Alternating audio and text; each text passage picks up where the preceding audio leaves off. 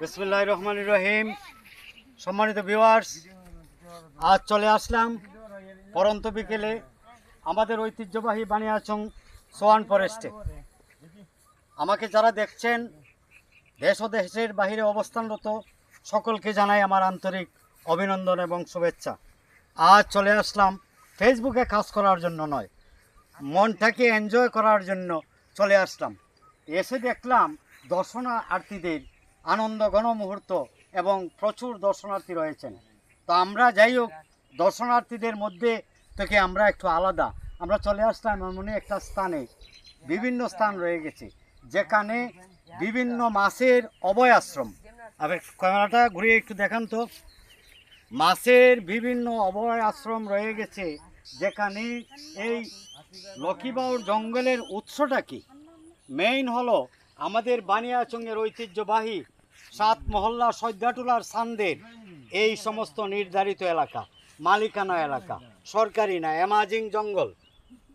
তো আমরা যারা অনেকেই চেষ্টা করি সুন্দরবন যাওয়ার জন্য, বিভিন্ন স্পট দেখার জন্য, তো আপনারা চলে আসুন, এদিক ওদিক না যেয়ে আমাদের বানিয়াচংয়ে চলে আসুন। বানিয়াচং দেখার মতন একটি স্থান। বানিয়াচং বিশ্বের বৃহত্তম গ্রাম বানিয়াচং। শুধু বিশ্বের বৃহত্তম, একসময় আমরা শুনতাম এশিয়া মহাদেশের বৃহত্তম গ্রাম, না, আজ আমরা তলিয়ে দেখছি সারা বিশ্বে এত বড় গ্রাম আর নাই। যে গ্রাম বানিয়াচং বিশ্বের বৃহত্তম গ্রাম, এখানে সৌন্দর্য উপভোগ করার জন্য প্রাকৃতিক মনোরম পরিবেশ, বিভিন্ন দেশ থেকে বিভিন্ন এলাকা থেকে লোকজন আসে শুধু প্রতিনিয়ত সৌন্দর্য উপভোগ করার জন্য। আমাদের বানিয়াচং আসলে সৌন্দর্য উপভোগ করতে কাউকে কোনো টাকা দিতে হয় না, কাউকে কোনো ট্যাক্স দিতে হয় না। শুধু বানিয়াচং চলে আসুন। বানিয়াচং যে অভয় আশ্রম, হয়তোবা অনেকে ভাবতে পারেন অ্যামাজিং জঙ্গল, হয়তোবা কোনো ধরনের ভয়ভীতি আছে কি না, না, আসলে সত্যিই না। এখানে কোনো হিংস্র কোনো প্রাণী নাই যা দর্শকদেরকে একটু করবে, ভয়ভীতি দেখাবে না। একদম নিরাপদ স্থান, দর্শনার্থীদের জন্য একেবারে অভয় আশ্রম, যাকে বলা হয় শুধু সৌন্দর্য বেষ্টনীত এবং সৌন্দর্য উপভোগ করার জন্য।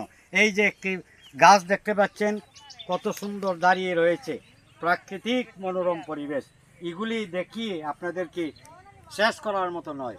বিশাল এলাকা জুড়ে রয়েছে এই অ্যামাজিং জঙ্গল। অ্যামাজিং জঙ্গল দেখলে মন প্রাণ জুড়িয়ে যায়। যা দেখাতে আপনাদেরকে আজকে সক্ষম হয়েছি। আমিও চলে আসলাম পরন্ত বিকেলে, আমার আরেক ভাতিজাকে নিয়ে একটু ভিডিও করছে, আমিও সাথে কিছু কথা বলছি। আপনার সাথেই থাকুন, অন্য কোনো স্পটে চলুন আপনাদেরকে নিয়ে যাই। খুদা হাফেজ।